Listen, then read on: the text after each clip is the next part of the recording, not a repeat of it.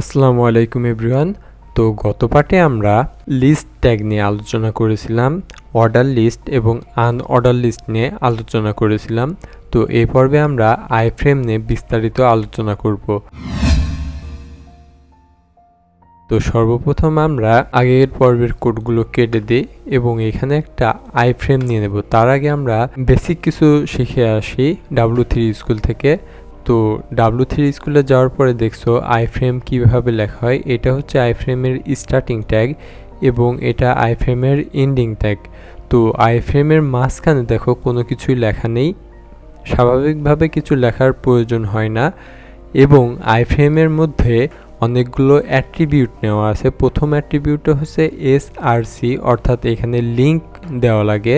তারপরে height, with, title, এই attribute সম্পর্কে এর আগের পর্বেও আমরা বলেছিলাম, অন্যান্য পর্বে। তো এগুলো নিয়ে বেশি কথা বলার কোনো প্রয়োজন নেই, তোমরা বুঝতে পারছো এগুলোর কাজ কি। তো প্রথমে আমরা চলে যাব ভিজুয়াল স্টুডিও কোডে, আর এখানে একটা আইফ্রেম নেব।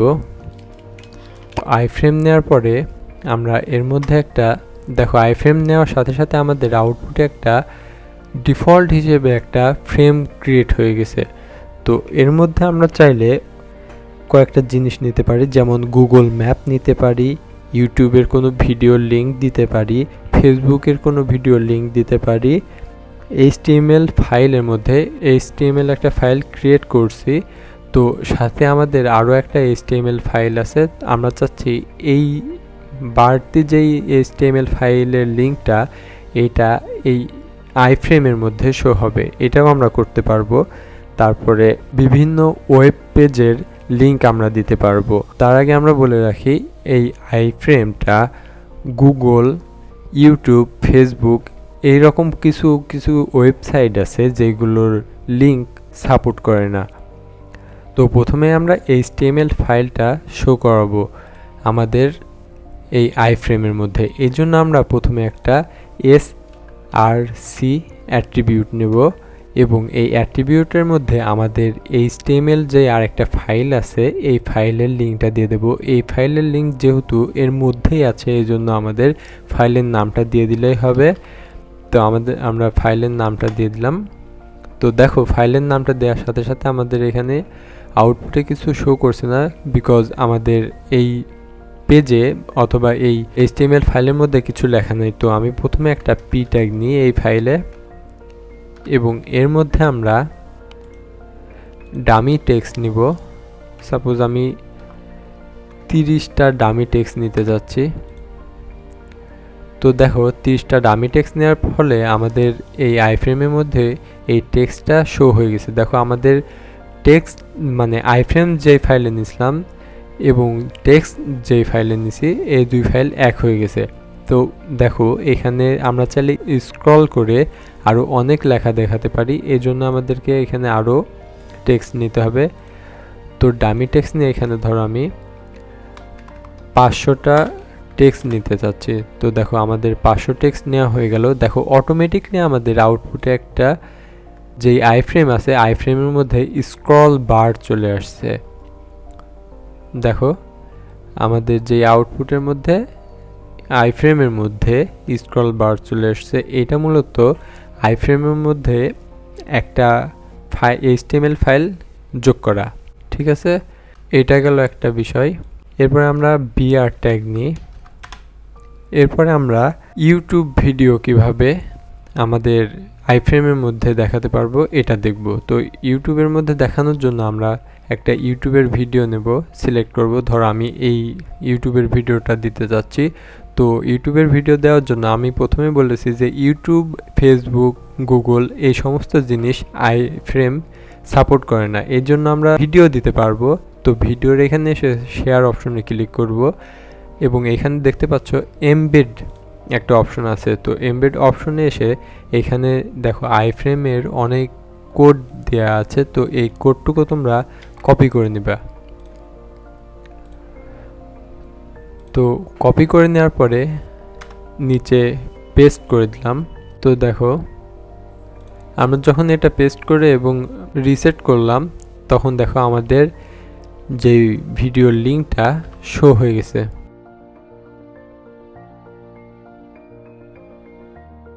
তো দেখো আমাদের এখানে ইউটিউব যে ভিডিও, সেই ভিডিওর লিঙ্কটা এখানে চলে এসেছে এবং আমরা এখান থেকে অন অফ করতে পারছি। সমস্ত কন্ট্রোলস সেটিং এইখানে আছে, আমরা এটা দেখতে পাচ্ছি।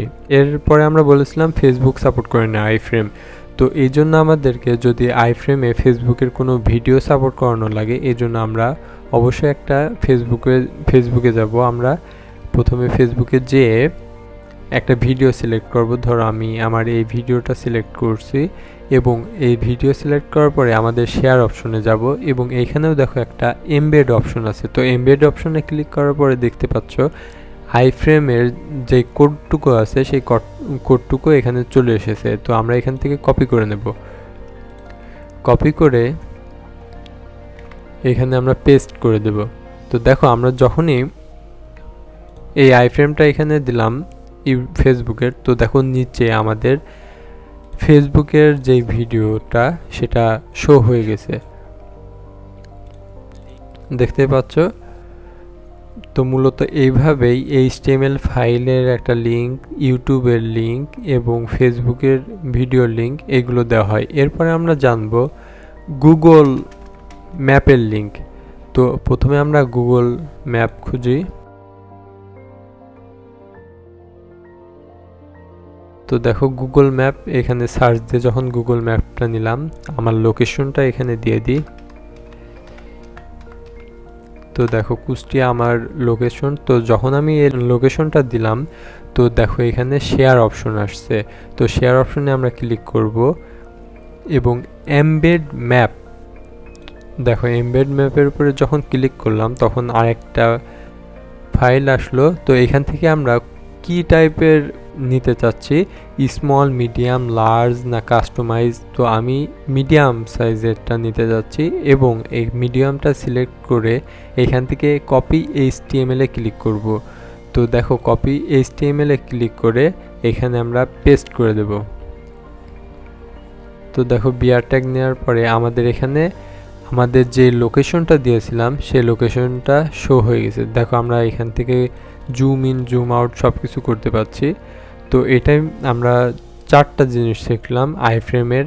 একটা হচ্ছে file, HTML file, YouTube video, Facebook video, map.